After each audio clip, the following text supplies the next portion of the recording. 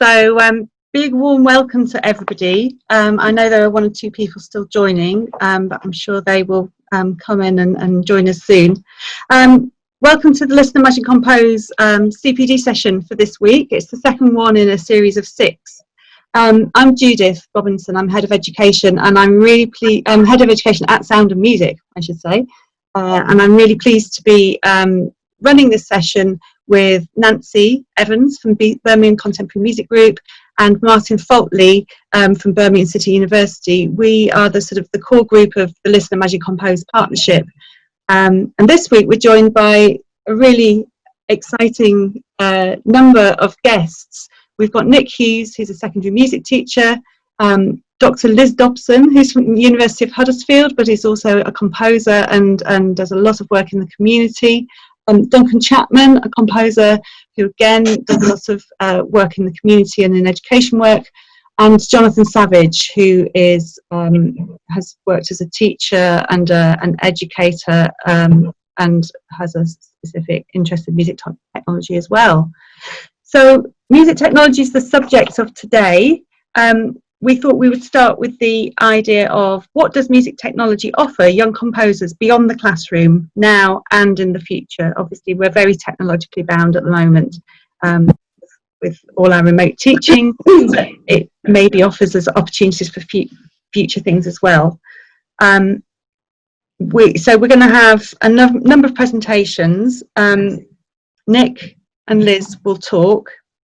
We're then going to have a little interlude. Last week we set a composition task as part of the homework. We'd been talking about composing for an instrumentalist, and some of the people who took part last week actually composed pieces, and the saxophonist who was with us last week has videoed himself performing them. So we'll have an interlude when you can go and have a comfort break if you would need one, but we will play those videos. Then we're going to hear from Duncan and from Jonathan.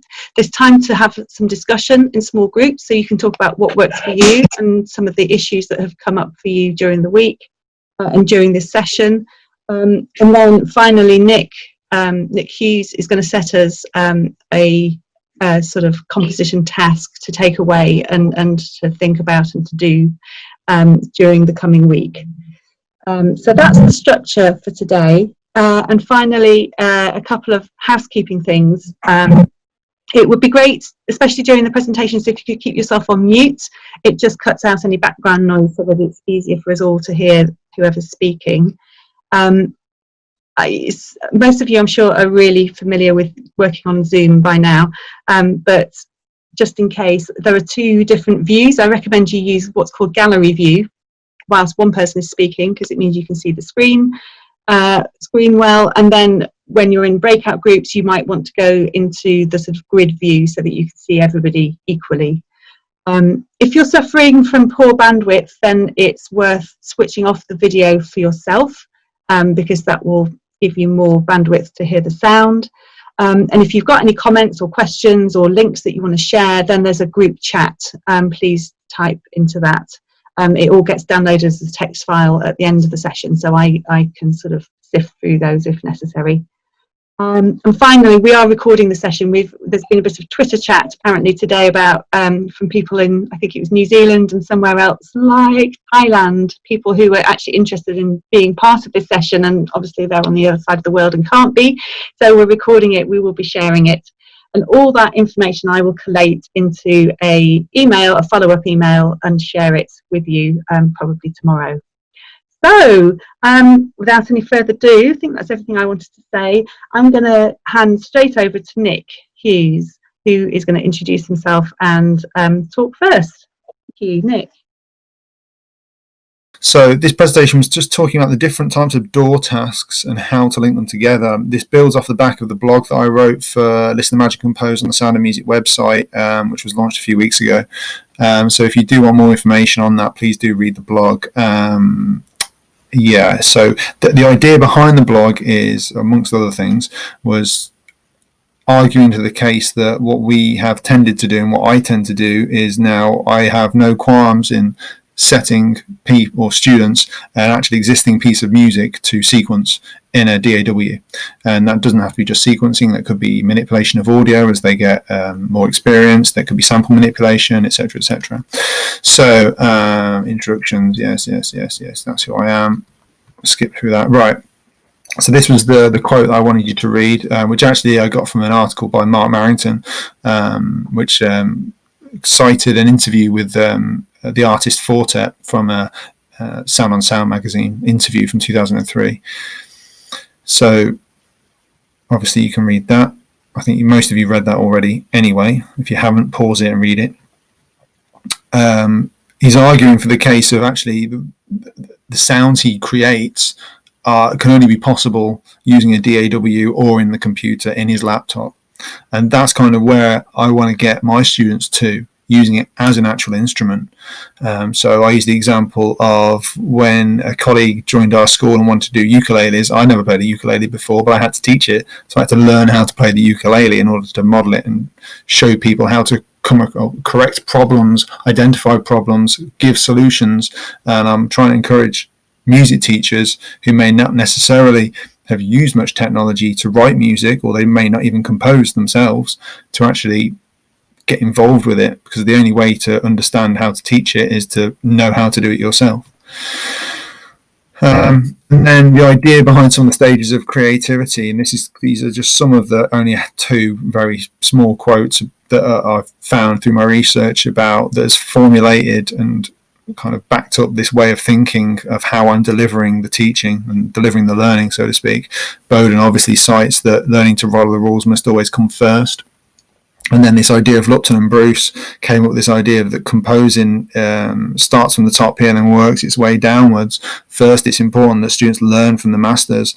I remember being told, or overhearing, I think, actually, when I was at sixth form college by, I think it was Ben Markland, who's still at Conservatoire, saying you need to play out your influences as a band, and that's a very similar sort of thing there. And then you'd master those techniques of your influences or your masters, and then you'd be able to go off and explore your own ideas, and then eventually you would create your own developing voice.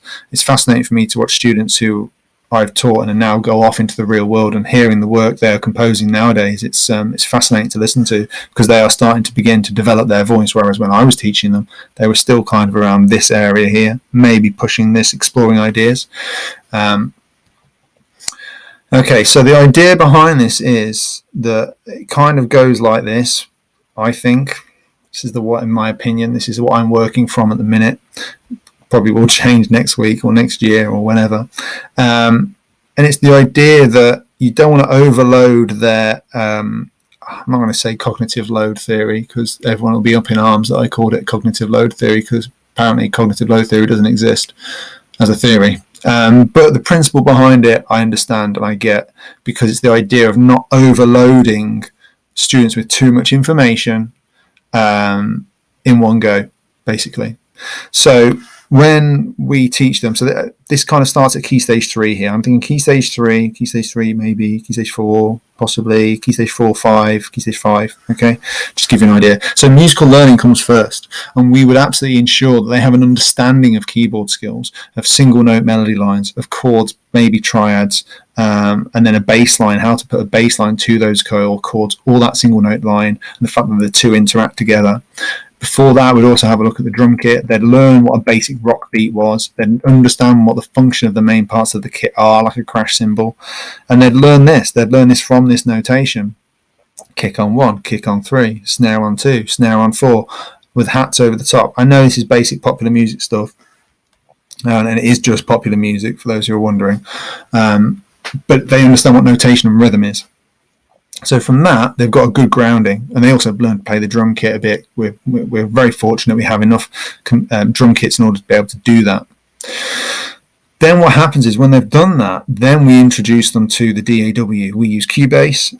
Very interested to hear people talk about how they're finding Cubase and a lot of the conventional professional DAWs. The DAWs are very kind of full on in terms of their aesthetic, their GUI, their graphic user interface is very complex and very clunky, whereas a lot of these online educational ones are much more streamlined. That was a really fascinating point Yeah, I agree with it, particularly for Key Stage 3 students. They're far more accessible, which is good. But they need to learn how to use the aesthetic of the DAW. So by doing that, we don't overload them by trying to teach them a new musical concept. We use previous musical learning. So we use those, even if it's just Mary Had the Little Lamb right hand on the keyboard that we do at the very start, or even if it's just a left hand bass line, it all informs what goes on here, because this is what they need to learn how to do, because they're learning how to use the DAW as an instrument.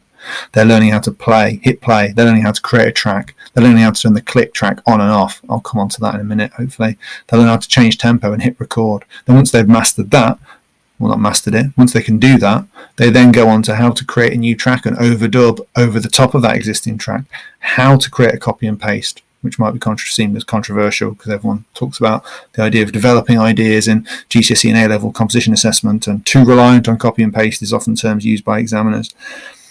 And then, of course, once they've done that, they will then learn how to quantize, what quantize is, how to use it, and then how to input drum beats using a sequence of grid notation. Sequence of grid notation is no different to the notation we just saw on the previous few slides.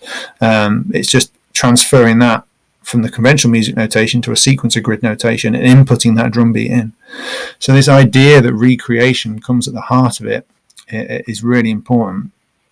So we often try, and I particularly like to get them to recreate existing works, whether that's a simple melody. Blues from a previous topic, that was a fascinating one to do for me last year.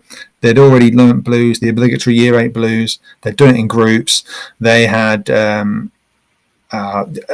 done that knowledge, and then all of a sudden they were going to go, I'm going to do it in a DAW. So they recreated it in a DAW. So they already had it there, and it happened much faster. This year we did it the other way around. So they learnt about the blues by programming it into a DAW. When it came to the performance aspect of it in groups afterwards, they were much faster. It was really, really interesting, because they don't need all that information in. They've already stored it. Then we've got another one, half-made template, Rolling in the Deep. And when they input it in, they can see where these nuances are, where these gaps in structure are. They can see what it looks like, as opposed to just long blank boxes of unmusical things. You know, they understand what it should look like. What could it look like? Or you could also use simple string quartet pieces, Luxor Turner by Clint Mansell, Time Lapse by Michael Nyman, anything like that. Canon in Pachelbel's Canon obviously is a requirement of any Key Stage 2 or 3 syllabus. It's not.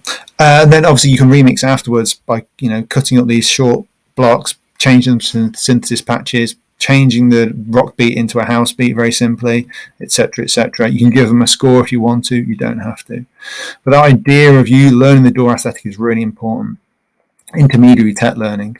Now at this point they can use a DAW, so they can compose now in a multi-track fashion. It's there for them. They can go for their lives on it, and this will do for most people for Key Stage 4, particularly GCSE composing. They can compose. They're away. It's similar to Sibelius in its design, really, because Sibelius is just a sequencer under the hood. You've got, apart from, you don't get this clunky Sibelius keypad, which obviously, in my opinion, limits rhythmical use. But now you're in the intermediary stage, you can start to teach more knowledge. So think about the idea of what effects are, how they can be used. Are they genre or style dependent? What eras were they used more or less? Using delay and or reverb, for example, possibly. Learning about EQ, how to use it. And when you get to Key Stage 4 or 5, you can start discussing things like dynamic processes, how to record and capture, and using different types of what those different types of capture and recording are. But again, template creation is vital. And this just goes back to practicing your instrument. It's just creating little templates, little practice assignments to do, like you would go away and practice a new piece on your instrument. Really important. Then we get to advanced tech learning. Now we're starting to get into the more kind of Key Stage 5-y kind of region, maybe late Key Stage 4, some centres, I would think. Learning about synthesis creation and history, sampling techniques and history, sidechain techniques and history, and then genre and developments of those as well. But learning about the history of it's really important. Learning about Giorgio Moroder, for example, maybe. Wendy Carlos, for example. There's Aphex Twin, Richard D. James with his MPC sample player there. But giving them recreation tasks after you've learned how to make these sounds, little tasks all the time. So 2 synthesis things I do are use the model by Kraftwerk, and they have to recreate that. The first 30 seconds of Enola Gay is a really popular one, and some of mine get those synthesis patches nearly bang on. It sounds exactly like the original OMD version of Enola Gay. That's really great from one. Sampling techniques, we'll use all sorts of stuff. What have we done? La La La's the one from the old AS music tech syllabus. That's a really good one. I still use that, and so on and so forth. So you can then start to go into more advanced technique. Once they've got all those under their belt, they then, what I would call, I'm not calling this because I've changed this title so much, tech-dependent musical creation. It's horrible, but hopefully you get the idea behind it. It's dependent on it's about getting to this point that Fortet was talking about in his quote at the start of this presentation. Getting to the point where possibility thinking starts to occur, which means what if? So what if I reverse the sound of that reverb and move it to the start of the next note or the note before? What happens if I pitch shift something up? What happens if I put a delay after a reverb, or a wah-wah after a delay in a sequence, or before? Those ideas of applying and exploring is really important. But with teenagers comes this lack of confidence. Fascinating to hear Liz speak about that idea of, I can't think of the word she used now. It's going to bug me. But giving them that safe space, basically, to explore and to be able to apply themselves. And confidence is really important to this. I spoke about the Yoda quote there, talking about, in Empire Strikes Back, Yoda tells Luke to take the plane out of the water, and he tries and he can't do it, and he goes, I can't do it, and then Yoda just steps up and just does it straight off. And he says, I don't believe it. And he says, that's why you fail, because they don't believe in themselves. They don't believe that that could happen. So, there's two ways you could read this quote, but I won't go into it. But the way I'm trying to get is they don't believe in themselves. They don't believe they can do it. And the way of doing that is working with their peers. So this is something that I've used a lot. I pinched it from a session of Listen, Learn, Magic, Compose on the Masters course that Kirsty Devaney did. It was about, but it's without notation. So they sit around at a computer, they've got Cubase session open, other doors are available, and they basically have to, the first task is chords, create a chord patch from scratch using a synth, use a square wave, sculpt the sound, record it in, choose your own tempo, and explore rhythm on the part. So it's a focus of rhythm as well as harmony. Choose a tempo. Then they have time to get up, stand up, move to the next computer on the right. So now they're going to sit down and hear somebody else's version of what they've just done. And then they're asked to put a drum beat on top of that. So using multiple sample synth sounds, sound it over the chord sequence at the same tempo, write it in any style. So now they've put a drum beat on top of somebody else's chord sequence. And then, of course, they get up, they stand up, they go to the next computer. Now they're sitting down, they've got a beat and a chord sequence. So then the task is to put a bass line, create a bass patch for that, write a bass sound to go underneath that. Don't rely on long sustained notes, etc., etc. Okay, they get up, they stand up, they move the computer to the right, then write a riff on top of this bass line, drum beat, and chord sequence on synths, and so on and so forth. Eventually, if I just quickly flick through, eventually they'll get back to their own. Depending on how many people you've got in your class, and then they listen to what's become of their initial patch, and then they can go and edit it, change it, what everybody else has done. But it gives them a sense of inclusion, gives them a sense of, wow, someone's done this with what I did, and then you hear them all at the end, and you can hear all the elements of those working together. Gives it this idea of going back to group composing almost. The other thing is peer opinions, which doesn't often get to happen. I don't find anyway, but it's something that I'm really starting to lean towards an awful lot now. It's like Consequences, but with peer thoughts on the work. So they load up their work in progress on a machine. I put a piece of paper down next to it with a pen, A4 piece of paper. They then stand up, they move the machine to the right, they put the headphones on, they listen to somebody else's work, and they write down the good things, the bad things, give details, what time, what bar, etc., etc., which bits they liked, why, what was really good, then fall over the sheet and move on to the next student. And then what happens is they make their all the way back around to their own work, and then they sit down and they've got like a side of A4, double side of A4, of things that people have said are good about their work and things that they think they need to do to improve. Now, there might be common things, things in common here with their corrections or things they all like, but that's really important. So I would really think carefully about considering some previously made material and getting them to sequence it, because they need to get used to that idea. And I think I'm kind of done on that note. Can we move on then to Martin next, please? Yeah, sure. Hello. Thank you. I just wanted to do a little bit of theory, setting the scene and seeing how we're doing. And so one of the things that I've been thinking about a lot, or in fact, having discovered last week, it was 10 years since we've begun doing Listen, Imagine, Compose. I've been thinking a lot about composing and why we do it. And I was thinking particularly about it for today's session. And it was something that Nancy said in a different conversation that really set me off thinking about why this might be time to revisit it. And one of the things that I went back to was this work by Kashab and Smith on why we should compose. This is a screen grab, so it's a bit fuzzy, so do not adjust your set. But they placed there some reasons that I hope you can see as to why composing should be on the curriculum. And I read these again, and I've read them again lots in the interim, and I thought about it for today's session, because one of the things I wanted to think about theorizing was what's going to be helpful for us. And so I spent some time wondering, does this work as a checklist? And so I'm just going to leave that question dangling, because I think there's a lot of issues in that writing that makes us think about it. But this lockdown situation has really put us into a very different context that we want to be thinking about as to why we do what we do and the reasons that we do it. And so there's some interesting issues with regards to that. So I'll leave that dangling and move on to a piece by Jennings that's in a book that John Finney and Pam Bernard edited. And he talks about something that Nick raised in his presentation. The problem is that much of the music software in common usage is either based on notation, using a computer representation of traditional score, or on the sequencer model. And then there's a nice phrase that he uses here. In the first case, standard music notation is just as opaque to the novice user when presented on the computer screen as it is on paper. And then there's a bit about technicality. And I think there's some interesting questions to be asked there. And I wonder, as things move so quickly, is this still true? If it was true in 2007, is it still true now? What's going on and why is it happening like that? Last week, if you were here last week, quick bit of revision, I talked about the affordances of musical instruments and the various ways in which that operates and how we can think about what instruments do.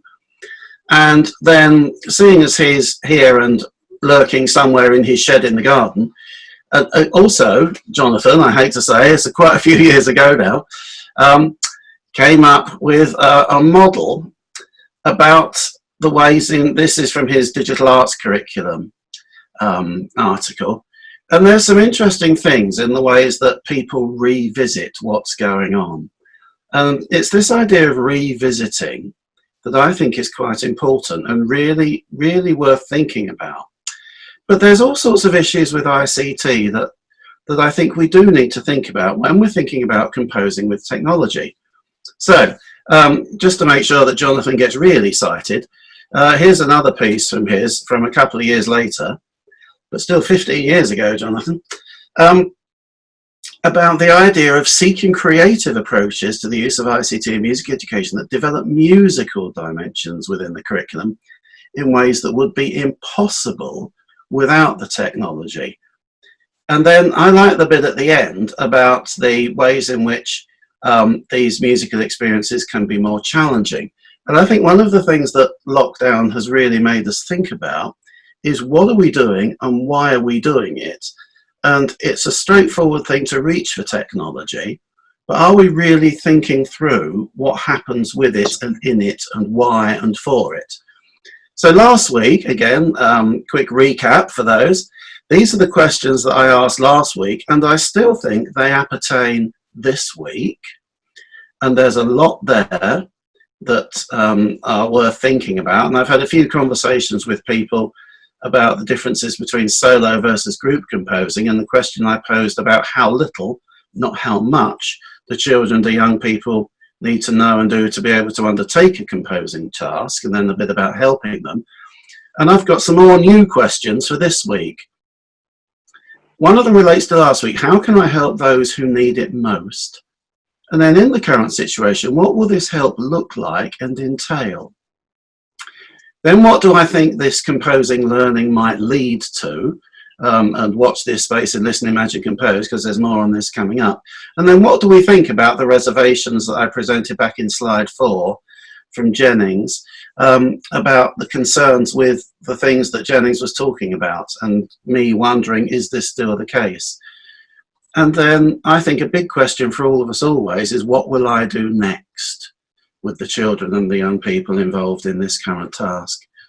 So that's, and this presentation will be available to everybody, and I'll email it to Judith, and it will happen in the usual sort of way. But those are my very brief thoughts on theorising the context for this week's session. Thank you, Martin. Yes, we can share those slides afterwards. And also, what was I going to say? Those are interesting questions, and maybe we can think about, we might repeat those before we go out into the breakout sessions later. There might be some useful questions for people to sort of start their conversations on. Great. So I'm going to hand straight to Liz Dobson now. I know that Liz is going to talk about girls' engagement with technology, and she's got a PowerPoint again to share with us. Over to Liz, thank you. Okay, yeah, so my name is Liz Dobson, and I work at the University of Huddersfield teaching music technology. I've been working in music technology for about 22 years doing various things. The first thing I should say is that the presentation and additional resources are in the comments. If you scroll all the way to the top, you will see a link right at the top. And I'm also going to be counting on somebody to shout to me if there's a problem with the audio or the visual, because I'm not looking at anybody but my slides right now, so I apologise for that. The first thing I also need to say is that whilst the headline for this is "Let's talk about girls," that really should say talk about minority genders in. Hello, can I speak to Mrs. Ashworth? So the aims of the session that I'm going to sort of tick off is I'm going to provide a bit of context on stats and explain why we're talking about girls. Then move the focus over to the sociality of music technology, so what's happening in that context away from the technology in particular, and I'll be talking a little bit about some of the Go Compose projects I've been involved in. We can see one on the screen at the moment where 2 participants are using transducer microphones to play sound through objects and creating a sound installation, so I'll talk about that later.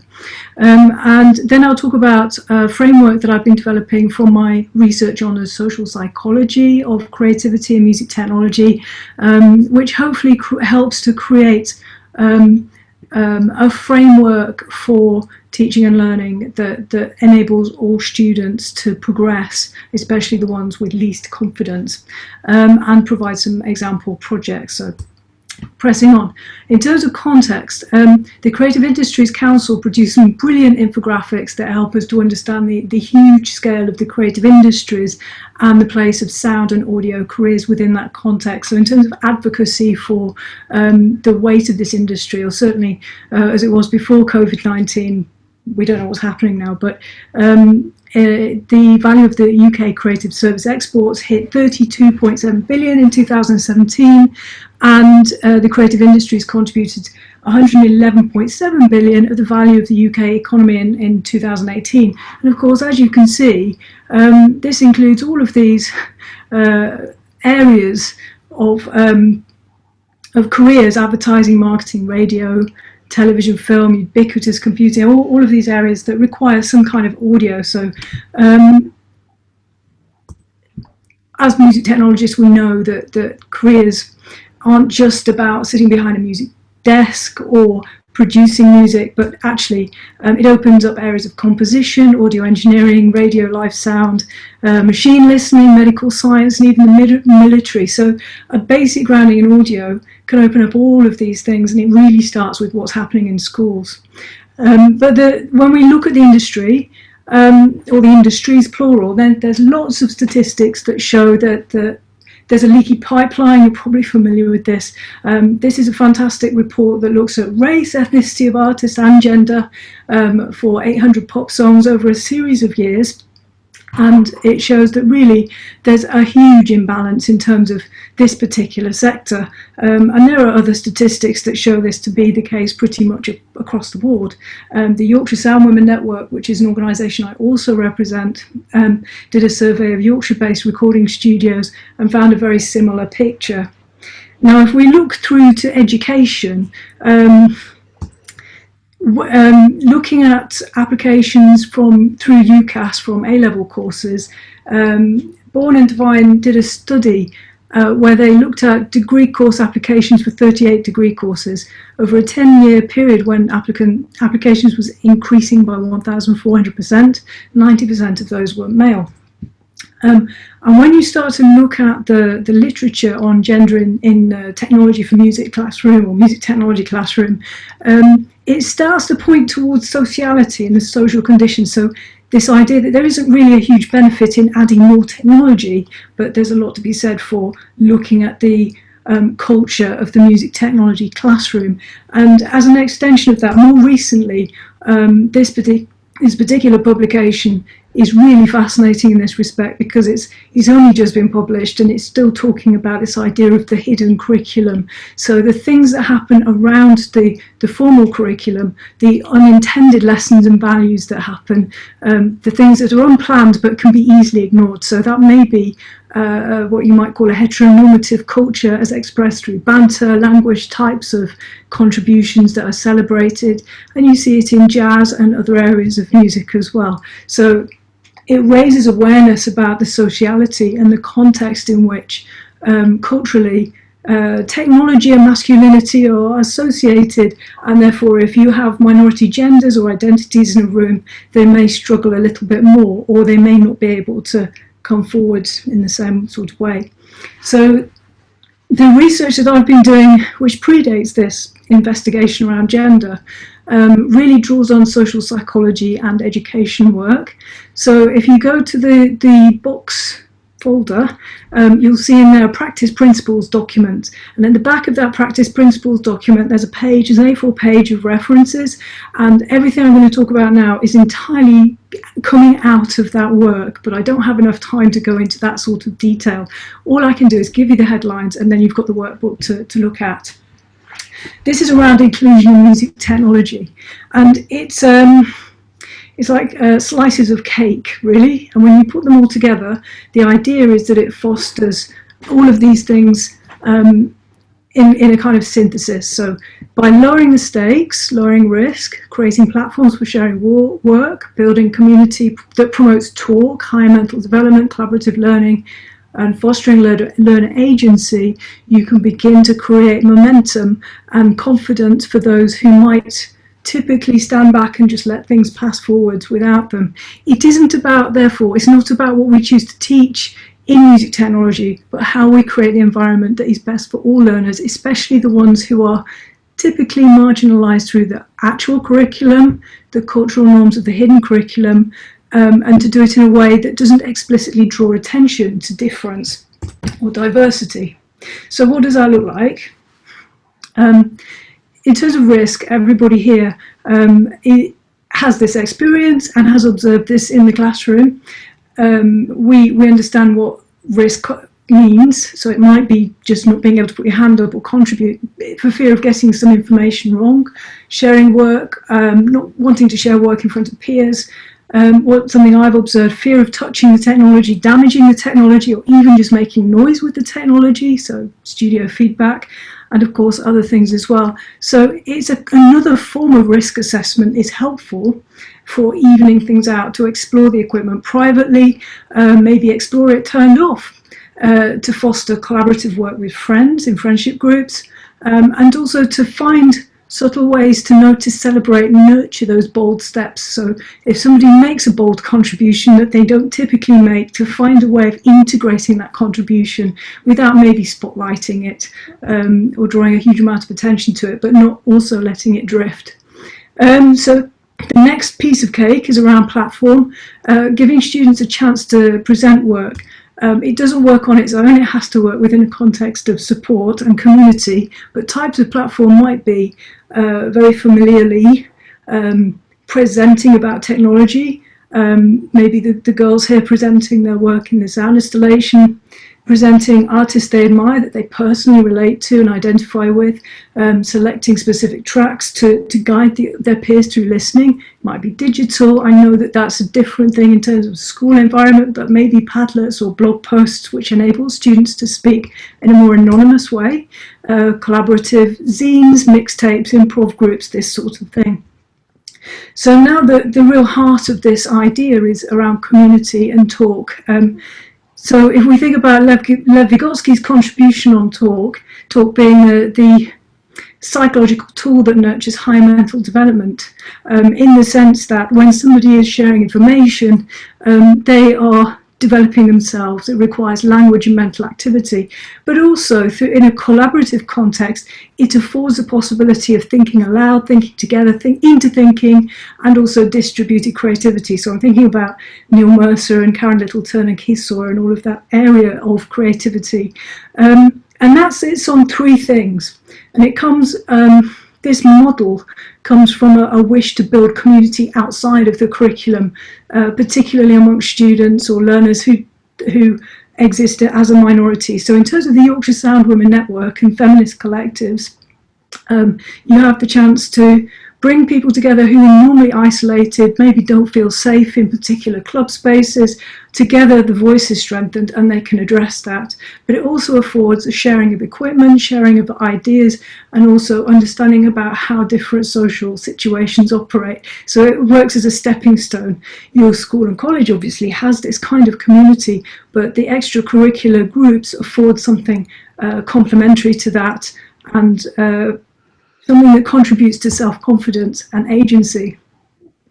So the role of community collaboration and talk, I think it's really worth and really important to foster community around music technology through composition, exploring kit, like I said before, skill sharing presentations, maybe developing a brand or a logo or a group name, developing student-led events, getting them to work on their own code of conduct, and finding ways that they can have their own agency. So like I said before, just to repeat, it's not about what we choose to teach in music technology. What I'm talking about here is about how we create the best environment for all learners, especially the most typically marginalised through the curriculum, the cultural norms of the hidden curriculum, and to do it in a way that doesn't spotlight them. So that's the model. Loads more information behind the scenes there for you. And a few practical things to think about. So yes, maybe go away and think about, is there a hidden curriculum? Is there a way to seek adjustment without fanfare? And to adjust the physical environment and the curriculum and the culture around that. Can you lead from the front and modelling how to respond to unhelpful languages and behaviours, which I'm sure everybody does anyway, but it gives you confidence to just take strength from that. Avoid spotlighting and tokenism, as mentioned earlier. To give students confidence to be good bystanders relies on those earlier points, and maybe look to develop a school-wide allyship training. So it's not just about gender, it's about lots of different things in terms of inclusion. Handling individual student concerns swiftly because of the effort it's taken them to come to you in the first place. Maybe support mechanisms, making those support mechanisms really visible for those young learners. Perhaps even set up a network for teachers to share good practice. So the two questions I want to offer to the group, I'll come to the questions in a second. Finally there, you've got the audio equity pledge, and Nick actually has taken the audio equity pledge and a few others as well, so it would be lovely to see if others are interested in doing that, but that's in the resources for you to check out. I was going to offer two questions, so I'll say those first. Can you imagine any changes to your environment, and are there any barriers to making these changes? But I also want to maybe have a couple of minutes to talk about real projects that I've been involved in around the Go Compose. One which predates that actually is a soldering printed circuit boards project, and you can see a student in the bottom right hand corner. I've lost my mouse. There we go. Student in the bottom right hand corner here, looking thrilled to pieces about the idea that she's just soldered this printed circuit board together. She was given the pack of resources, all of the components, step-by-step instructions, and at the end of which she was very excited about this idea that she'd made something that made sound. And when you watch the group working, they were working with each other, they were teaching each other, guiding each other in terms of health and safety even. And there's a lovely video that I'm going to share a link to for you in a second, which really captures that sense of community and collaboration. And they really feel like, they even say, you know, with this information, we feel like we can change the world. So this brings us back to those opening slides where I was saying it opens up all of those career pathways. It's not all about what's happening in the door. This installation here is an absolutely beautiful project run by Ryoko Akama and Eleanor Cully. Ryoko works with motors, so she taught the girls to solder together motors and attach things to the motors, so they were striking objects like massive balloons and slinkies and all sorts of cool things. So they would go away and they'd come back the next day with objects for them to explore. And really it wasn't so much about the technology, it was a lot more about space and listening and communication. Same with the transducers. They eventually made this awesome 20-minute live performance where parents came and witnessed them, and they owned it and they had tremendous agency. Other projects through the Go Compose involved DJing, also sound harvesting, which is just my way of saying recording with a handheld recorder or an iPad. And this is a lovely collaborative activity where the students can they can explore sound performance, but they do it in a way where they're really listening to the sound. The technology is almost a bystander to what's happening in terms of collaboration and sound making. I could talk about that all day, but I think I've run out of time. So I'm going to unshare if I can and stop. Thank you, Liz. Absolutely. That was great. That was really interesting and a taste, I guess, of how much you've got to say and contribute to the discussion. But it was really good to get your whistle-stop tour there. Great. Okay, so we're going to have 2 more presentations after a short break. So if anybody needs to go and grab a cup of tea or have a comfort break, this is your time. However, during that time, you remember, those of you who were with us last week will remember that there was a sort of a creative exercise that we did during the session, and then some people, 6 I think in total, actually sent in a more sort of developed score, which Kyle, the saxophonist who was with us last week, has recorded. So I've uploaded them to YouTube. And I am actually going to share my screen now so that we can listen to them. I think it's about 12 minutes of music altogether. So I first have to figure out how to share my screen. So there's about 12 minutes of recorded music now. Kyle on saxophone playing a piece. He introduces each one, so you'll know if it's yours. Hopefully the composers are in the room. So here we go, share screen. Here's Kyle. This one's an untitled piece by M. Stannard.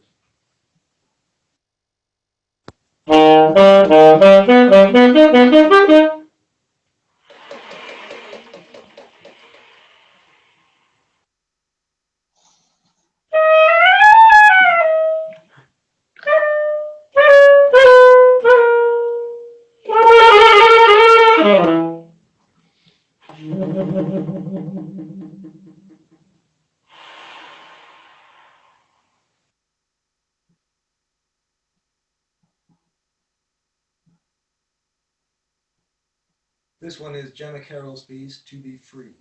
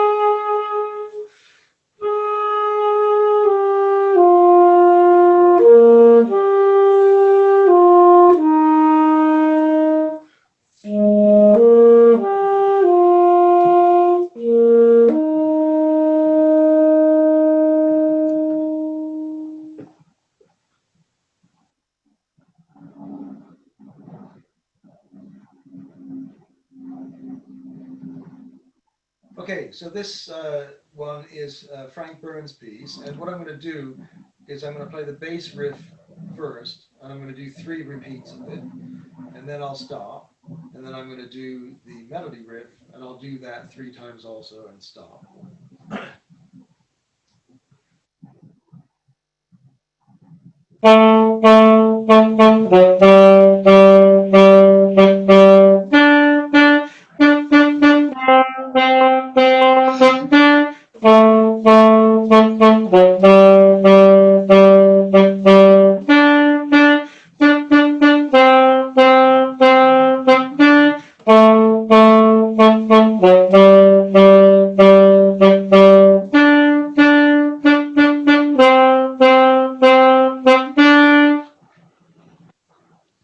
Okay, here's the melody.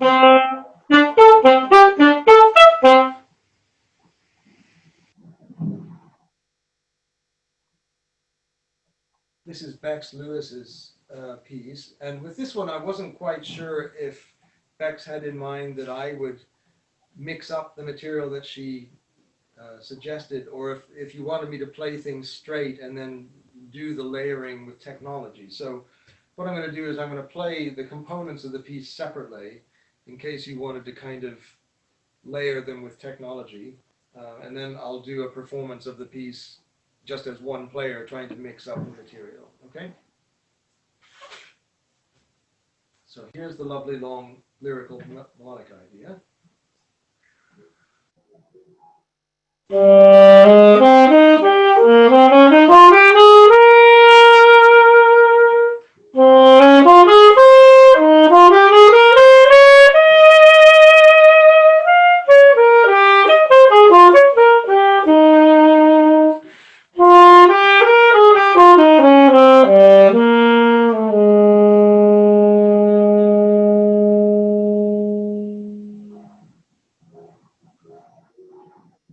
Still breathing and effects.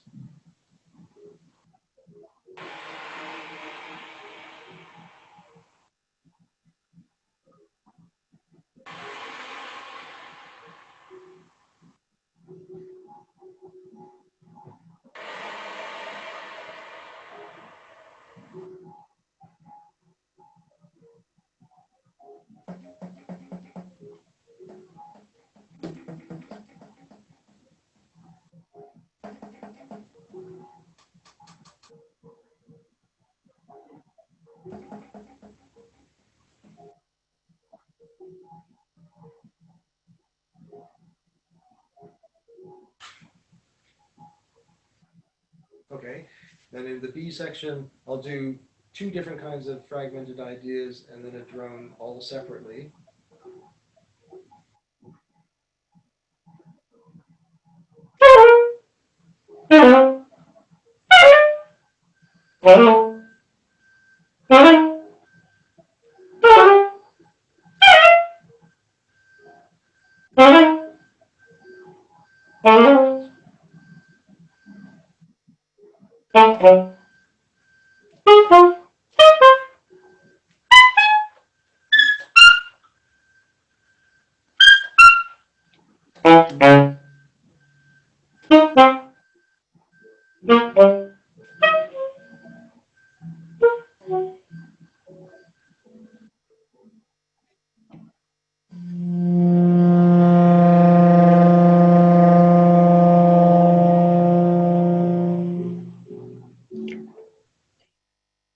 Okay, so those are the component ideas, and now I'm going to try to put them all together in a sort of a piece.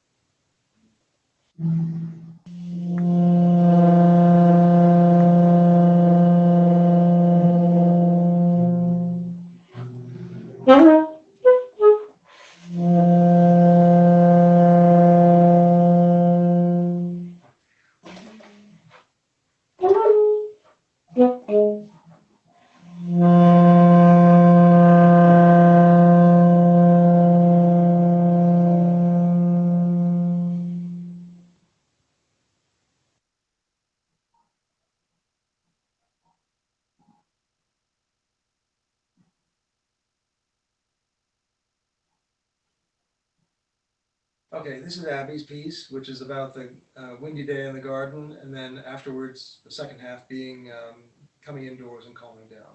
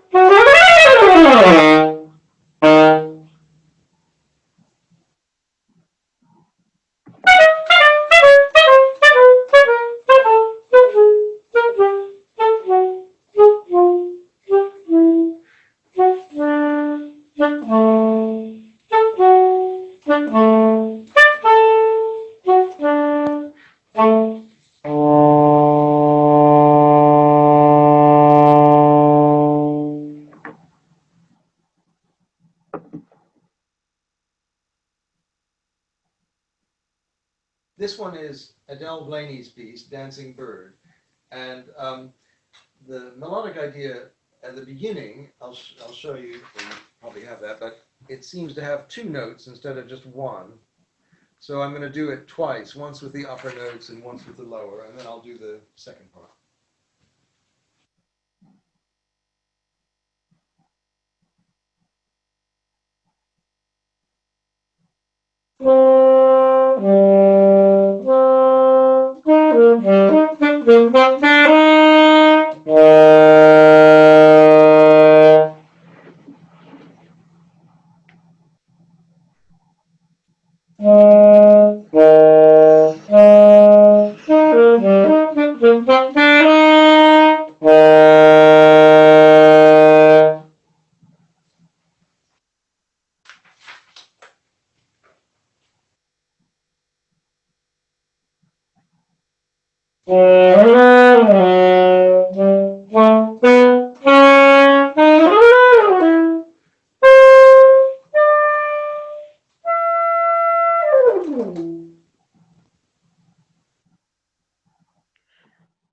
Great. So they were the pieces. I enjoyed those so much. Thank you to the 6 people who took the time to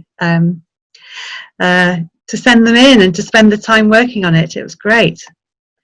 We're going to we'll also have a task this week, which Nick is going to set for us at the end of the session. So we'll again have an interlude next week when we listen to some pieces made with technology, made by your good selves. So I'm going to hand over to Duncan now, who's going to again talk about creative tasks and sort of what can we do, especially in the times of lockdown, and maybe what can we do differently, and what might even be better, I think, is the tack that Duncan's going to take. But rather than stealing his thunder, I'm going to hand straight over. Okay. I hope you're there. Thank you. Yep. Okay, I wanted to talk a little bit about this whole period of lockdown and how that's affected, I suppose, artists and musicians, and what the possibilities are for working with people. So most of my work usually involves travelling around the world, working with groups of people, often in the same room at the same time, but often working on projects sometimes where I work remotely and then come and go. So what I've been interested in at this time, though, is what is the idiomatic sound world of the internet? Thinking about what Martin talked about last week about affordances. I'm really glad so I've been trying to find a way of talking about this for quite a long time, so thanks to Martin for that. So I was thinking about initially in the period when the lockdown started, what was the response of artists and musicians to coronavirus? For many of us, all our work disappeared overnight, and there was a pause. Then all these projects started happening. So there's a couple here. One, the COVID-19 freelance artist resources list is a massive, continuously updated list of resources and projects for artists. Lots of people started doing projects that explored creative responses to the situation. Pete Stollery's COVID-19 sound map, I'll send a link to that, which is a really interesting project from Pete in Aberdeen. Projects like this, the Sounds of Pandemia, which was some people in Leeds, and also people exploring things like data sonification as well. But also the other thing that started to happen was that artists and musicians and composers started to make, again, some people have been working on this for a long time, but making pieces that were specifically for that. This is this is bigging up Pete Stollery again, but this is a piece called Social Distancing for groups of people playing using Zoom. And the idea of this piece was for ensembles of people who would be separate, and it's trying to use that situation to create new music. So here's a little bit of history, though, before I'm going to show and talk about a few projects I've been doing. Telematic performance, as it's known, has quite a long history. It's been going on for a long time. These are some examples from some recent projects with De Montfort University as part of the Interfaces Network project. And these are projects that involve people often in multiple countries, collaborating with each other, sometimes visually, sometimes just with sound. This is a piece by Pedro Rebello called Net Rooms, The Long Feedback. I actually took part in a performance of this in 2009, so it's quite an old piece. But what this does is it uses the internet as a long feedback loop. So the performance I took part in with this, you could play a sound in a room and 20 minutes later it would play back somewhere else, having been through lots of different places around the world. So the idea was trying to have a really creative response, not thinking that latency, which is the things lots of people seem to be struggling with, is something we've got to try and get rid of, but thinking about how can I use this creatively. So the other thing, this is the front page from a festival and conference in Budapest in 2009 that was all about network performance, and I ran a couple of projects at this. One was a project that involved making a performance for people remotely that didn't require anyone to download, upload, install software, or even have administration rights on the computer. A lot of the people I work with don't have access to technology. I work in lots of schools. I'm kind of keen to work with people who've never done anything before. So I made this performance that used collaborative drawing using a shared online whiteboard, using a piece of software called Coagula, which is free, and remote participants in different countries and places made drawings, and the drawings I turned into audio that were playing in a concert hall in Hungary, and the audio was then fed back simultaneously to the remote participants, mostly via Skype, so they could hear the effect of the drawing and they could compose a piece together. We made another piece that we used text. So we made a text score that somebody was drawing and turning into sound. Sounds a bit like this.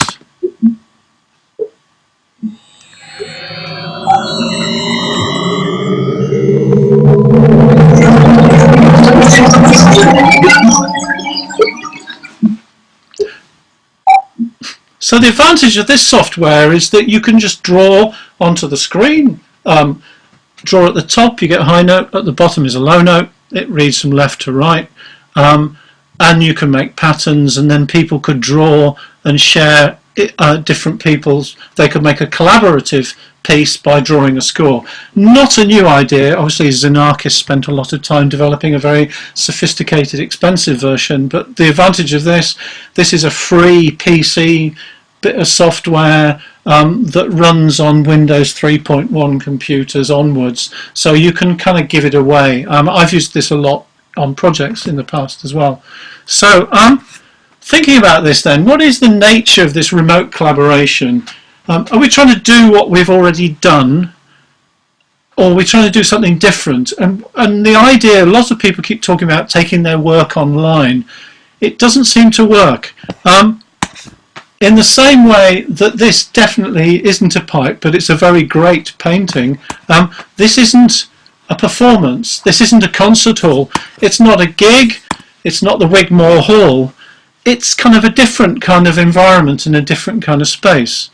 So thinking about what opportunities, so I tend to ask lots of questions of myself, but also thinking about, somebody was talking about this last week, about who can we reach in this way that we couldn't reach otherwise.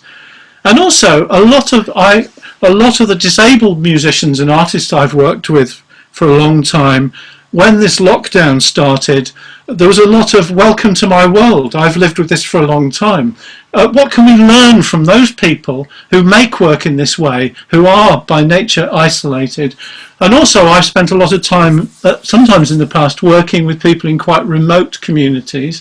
The thing I noticed working in people on the edges of parts of Shetland is that often the youngsters I worked with there were a lot more connected up than the youngsters I might work with in London or Birmingham or a big city.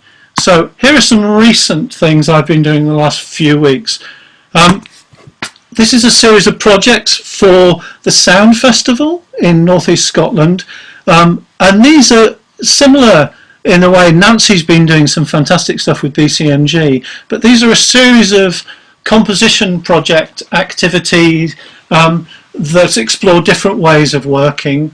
They're projects you can do at school, not at school. They're designed for anyone and for everybody, and just to explore ways of thinking about creating music, but also creating music that responds to the current situation and your environment. Another project I did recently, using the very popular Go Compose title, but this is actually a project for the Commonwealth International Composition Project run by Alison Cox. I ran a whole day composition workshop project for youngsters, where I set them tasks, mostly listening based, and people went away, composed pieces. We had two musicians to play these pieces, but we had an open Zoom session running all day. That was interesting because actually for some of those people, they'd go away, they'd work, they'd come back, the musician would try it, we'd have a listen. So actually not being in the room some of the time enabled quite a lot of flexibility. The other thing also I've been doing is thinking about how can I make performances that could only ever happen like this. This is a project I did. This is a performance I did. Mainly because I was talking to friends who lived in the city, and I was interested in trying to bring. I live in a village in the countryside now, and I wanted to do a performance with my beehive. So I'm just going to skip on that one. I did a performance with my bees. I set a microphone up underneath the beehive one day, and I routed the sound into the room, and I did live electronic processing of the sound of the bees, and then I broadcast that using Facebook Live, mainly using that because most of the people who were interested in it, that's where they were, and it was a way of finding them. But the idea, and I've done a few of those things.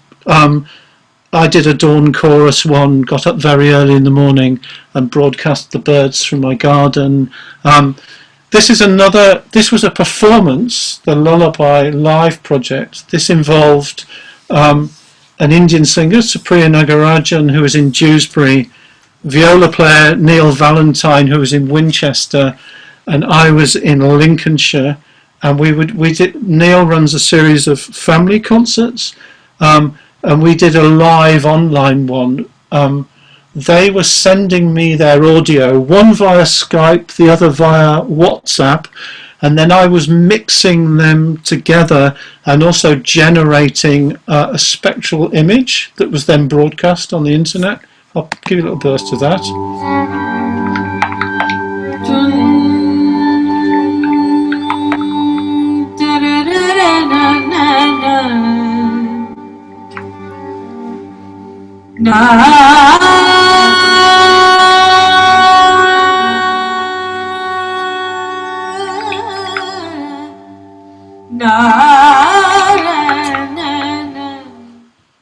Okay, and then the other thing I've been doing is a series of improvisations and collaborations.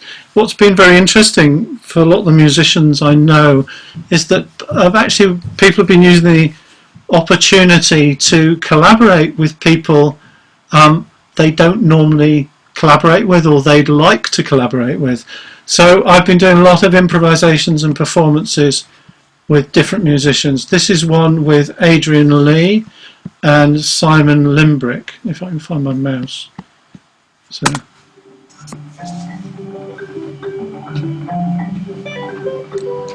Simon is in Norfolk and Adrian is in London.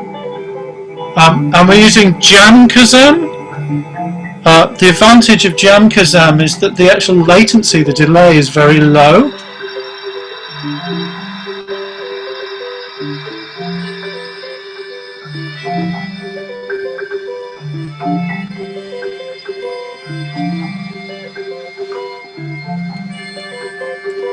Okay, so the advantage of that, the interesting thing about that is it's entirely non-visual medium, but actually working with quite high quality sound. So a few things after doing a number of these things.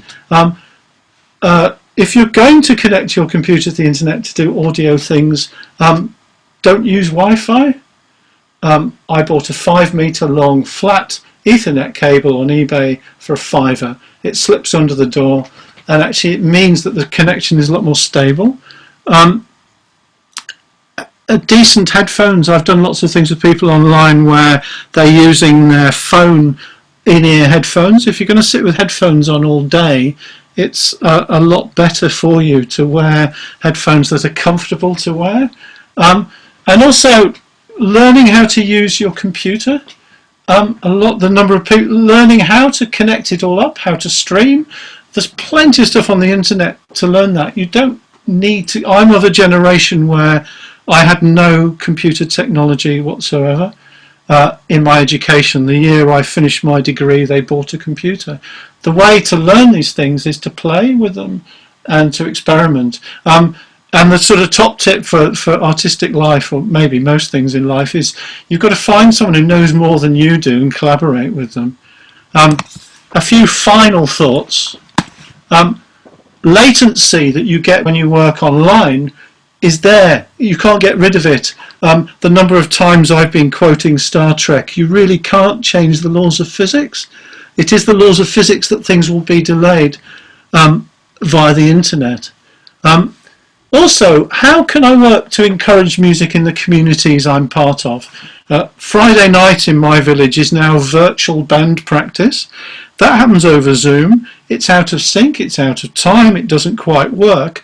But actually for the young teenagers who play in this village band that usually plays at Christmas and in the summer, it's their only connection with music. And it's maintaining that social connection so that when this period is finished, they'll come back to playing in the band. Also think about the people I normally work with. What are they doing without any input from me? Are they doing music? A lot of people are noodling around and making their own music outside of school or outside of any structure. And I suppose one of the final things for me is how do I manage my anxiety? Being completely freelance as an artist, how do I manage my anxieties over earning a living? Because, you know, a lot of people thinking we're all going to earn money by streaming and taking things online. The economics of that don't stack up for people like like myself. So finally, just one last bit, which is thinking about who am I working with, who's missing, who haven't I been working with, and how do I try and find ways of contacting them? How can I develop ways of working that work well now? Not thinking about when all this is over, we'll go back to being in a big room with hundreds of people doing what we've already done. But also thinking about which bits of normal do I want to return? Which things that I've learnt by doing the process I'm doing now do I want to carry on doing in the future? And which bits of when this period finishes, which bits do I want to jettison? Okay, so that's where I got to. Thank you. Thank you, Duncan. So, without any further ado, I'm going to hand over to Jonathan for our final kind of talk for the afternoon, and then we'll go into discussion groups. So over to Jonathan. Thank you very much. Thanks, Judith. Hi, everyone. Thanks for inviting me. I'll keep it short and sweet. I've got 3 C's for everyone today, but I wanted to just start by telling you about a new project that we're going to be running over the next 6 months, which is to support musicians with their digital skills in the current climate under COVID-19. So as a company, we were very pleased last week to hear that we'd won an award from Innovate UK, which is one of the government funding agencies, to build a training programme and a mentorship programme for musicians in the UK to help them with their musical lives in the current climate. So the project is called Interface Response, and we'll be publishing news about that project next week. And I'd be very keen to hear from folk who are on this call if they've got expertise, because we're looking for a team of mentors to work with professional musicians across the country to support their practice in this new age. But let's move on to the 3 C's. So I felt, in my work as a teacher trainer and teacher educator at Manchester Metropolitan University, and in my work leading a business that advises and supports schools in their use of music, the music curriculum and music technology within that there were 3 things that I'm constantly saying to people which I felt might be relevant today. The first C is about choices, and I suppose you could say careful choices. If you want 4 C's for the afternoon, that would work. Choices are really important when it comes to music technology. What is the reason for the use of a piece of music technology in a teaching programme or a project? There's a pedagogical purpose behind our choices, or at least there ought to be. And we've heard some really interesting examples from Nick and from Liz and Duncan of choices, informed choices being made about the types of technologies, musical technologies or internet technologies that are being used in their projects. But of course, students have their own ideas about choices as well. And as teachers, it's our job to be responsive to those choices too. But I think informed, careful choices about the types of technologies that we're using in our work are vital. So that's my first C. Secondly, as teachers, it's about curation. There's a digital curation that needs to go on in relation to our choices. As teachers, we have a responsibility, as musicians, I would sense too, to curate the environments within which we work, and digital tools are a vital part of that. So, yes, there's a physical aspect to this in terms of our hardware, digital hardware, and the instruments that we're choosing to bring together. And of course, the same is true within our software, and I'm conscious of some of the images that Nick showed us of people working with digital audio workstations, for instance, earlier on this afternoon. So curating technology, but also curating the curriculum. That's a 5th C. I'm building a list of C's this afternoon. The curation of the curriculum is vital as well, making informed choices about how ideas and knowledge and opportunities are sequenced together, how as teachers we use our knowledge of how children and adults learn to make a curriculum cohesive is vital. So careful choices, and then a deliberate form of curation. And finally, I wanted to bring in a third C, which is celebration. And for me, I've got two quotes here just to show that I can do the academic and scholarly stuff as well as anyone else, I hope. He says, Robert Benchley, an American columnist said once, there are two kinds of people in the world, those who divide the world into two kinds of people and those who don't. And I brought that alongside Andrew Hugel's quote in his book, The Digital Musician, where he says that music technology is too important to be categorized as being solely within the domain of the digital musician. And this is vital. I found in interviews with teachers a few years ago the view that those students who can do music, but those who can't do music technology. And that's a terrible viewpoint in my view. Yet we see that too often in government guidance, in the specifications of the curriculum, in the GCSE framework, and in the A-level music syllabus specifications as well. And it's our duty, I believe, as educators and theorists and thinkers and writers and composers to celebrate music in all of its fullness, whatever the tools that we're using, rather than seek to divide the world into those who can and those who can't. So let's celebrate every aspect of our music making with technology, and let's make wise choices, and let's curate these opportunities wisely for our students. So that's my little overview, Judith. I hope it's okay. I've kept it 5 minutes for you so you can get into your groups. Thank you, everyone. Thank you very much, Jonathan. Great. So it is indeed time to go into our groups, and I think there are probably I've sort of identified 4 questions that you could discuss in those groups. We're going to keep the same format as last year. So last week. I know a week feels a long time these days. We are going to, so we'll go into groups, and I think I'd like each group to elect a spokesperson so that you can report back. And I think these are probably the questions to discuss. So you might not discuss all of them, but maybe pick a couple that you particularly like. You could have a discussion about what works well for you in the use of music technology for supporting composing.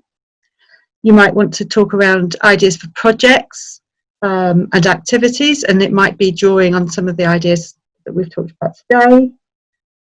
It might be something that's kind of occurred to you during the time today, some food for thought, something that you'd like to explore further. And the other one is the sort of idea that we are working differently at the moment, and perhaps we're learning and doing things differently, and that there's some good practice or new ideas emerging as you're working that you will sort of bring back into whatever awful phrase new normal is going to be. So I think there's 4 questions that I'll type them into the chat as you go into your groups. So don't try and cover all of them. And looking at the time, we've got about 20 minutes to have those discussions now, so there is actually quite a lot of time. When we come back, I'll go across around each group and ask each spokesperson to report back on the sort of key points, the summary of what you've discussed. So goodbye for now, and see you all very soon. I think that we have everybody back. I think a couple of people might have left the call. So let's have some feedback from the groups then. Group 1, would you like to go first? Whoever's the spokesperson for Group 1, do take yourself off mute and talk us through. One, I think we were. I'm doing it. We talked about all the different platforms that we use. We talked about the Taranga VIP. We love BandLab. A lot of stuff about the I Can Compose stuff. There's some projects about using the Book of Hopes as a kind of like a nice kind of positive message for everybody else. And we talked about how the new norm, we really would like some clarity on what's going to happen next year with our exam students. Like, are the goalposts going to join? Are the goalposts going to move? Is that ensemble performance really going to happen, even though they can't be in the same room? And then we talked about a lot of people have been giving us some links, which I'm sure you will share around with Yorkshire Sound Women Wired, like a new composition kind of music technology thing, and a load of stuff about what we thought would be great with our students about music technology and music teachers, and the gender of the teachers and the actual who's doing music technology. And that was us. That's enough. Bye. Thank you. Can I ask that you wrote those points into the chat box, and then I'll be able to sort of write it up and post it afterwards. Great, thank you. So let's go over to group 2. Who's in group 2?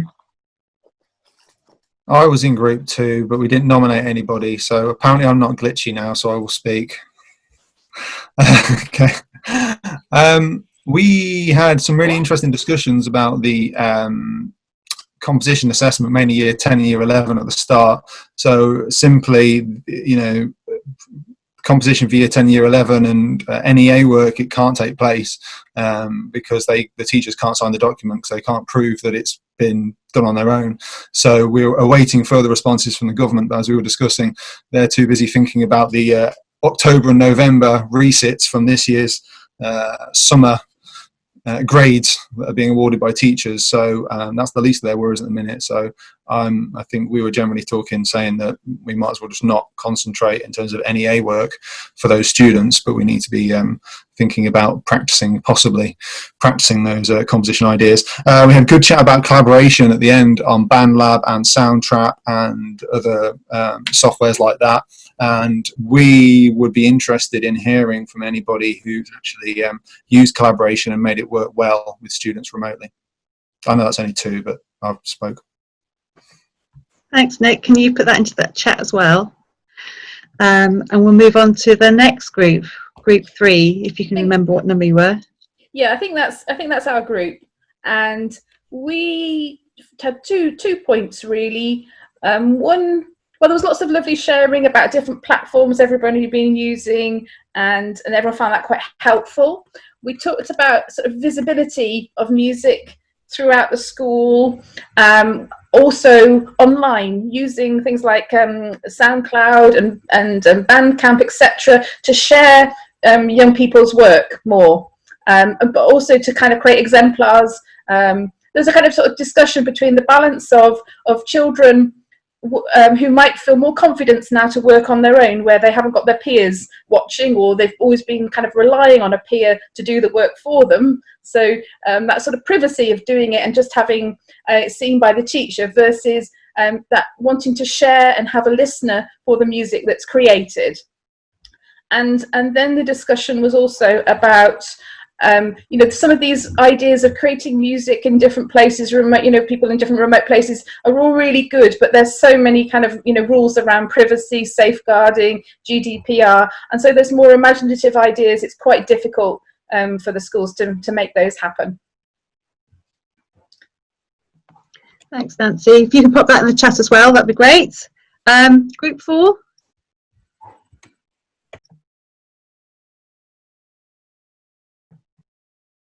Or somebody, if you can't remember what group number you are, then anybody else whose group hasn't gone yet, do step forwards.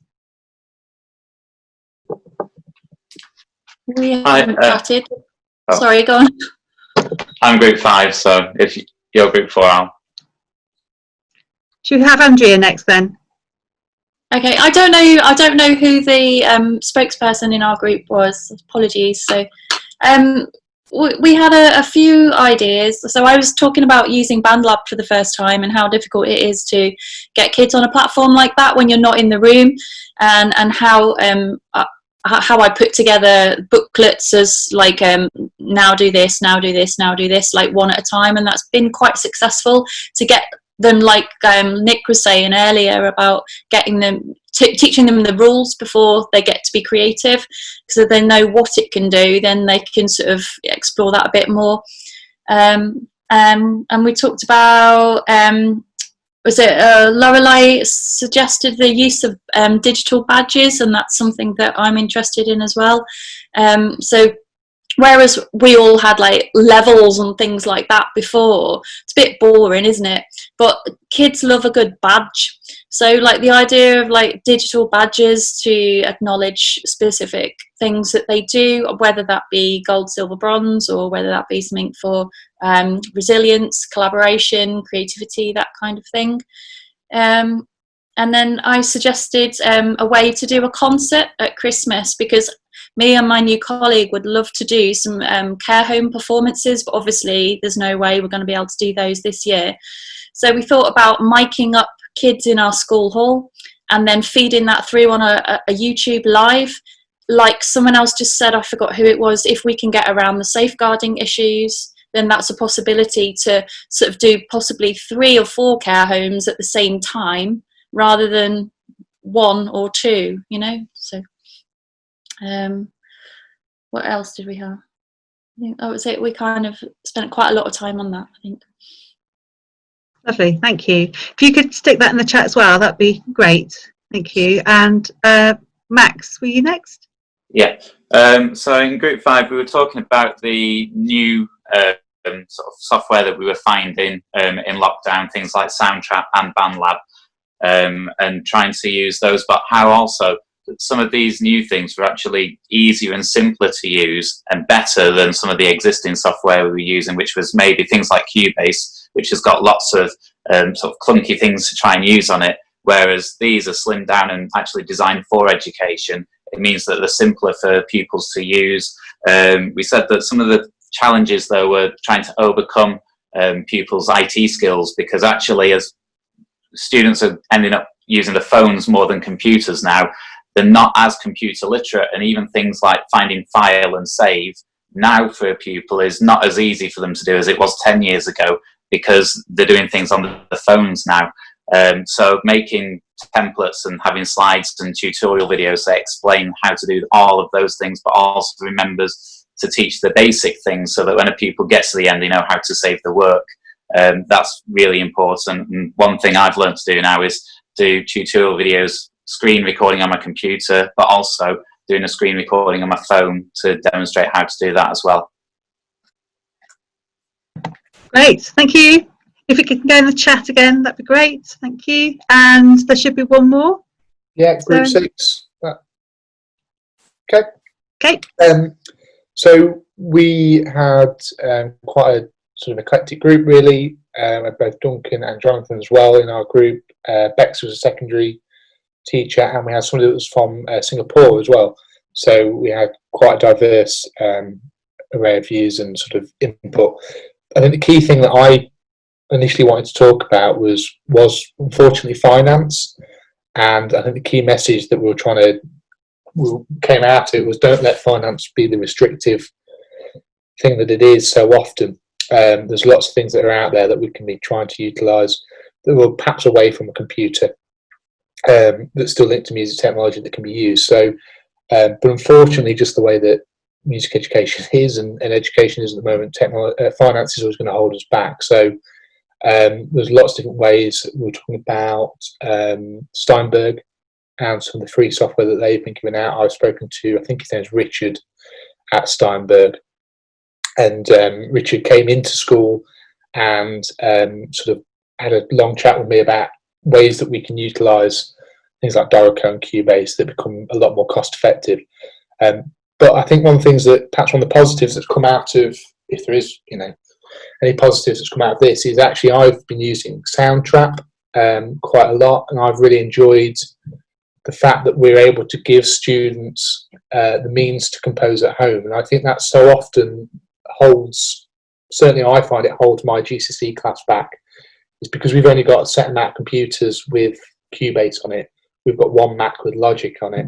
it can often hold students back from actually progressing, and composing becomes a bit of a chore when actually it should be something that all students enjoy, something I enjoy to do, so it should be something that everyone enjoys as well. So I think things like BandLab and Soundtrap are a welcome progression.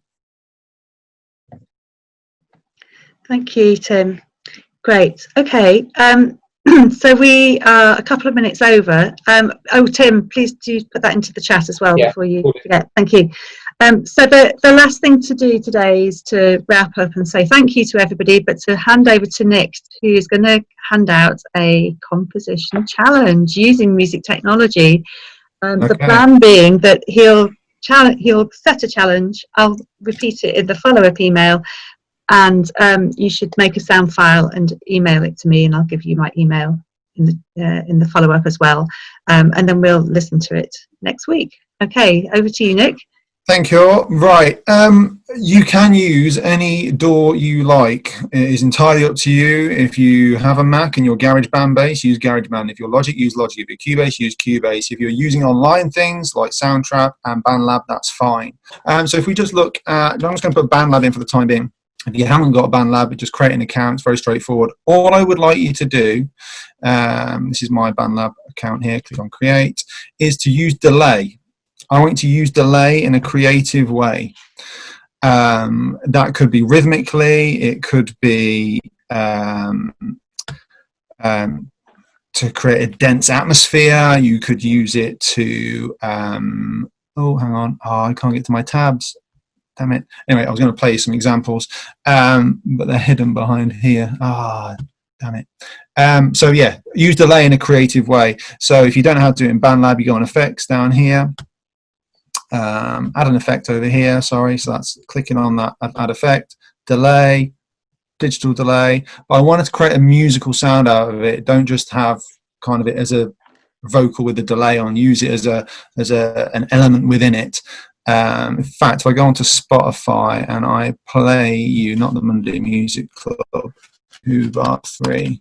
Again, this is a lady who actually attended the Listen to Magic Compose session in Birmingham one day. If it's going to load up, it's probably not going to load up now. Technology is failing me. My internet's rubbish today. Here we are. And she wrote a piece for recorder and delay pedal. I don't know if this is going to work.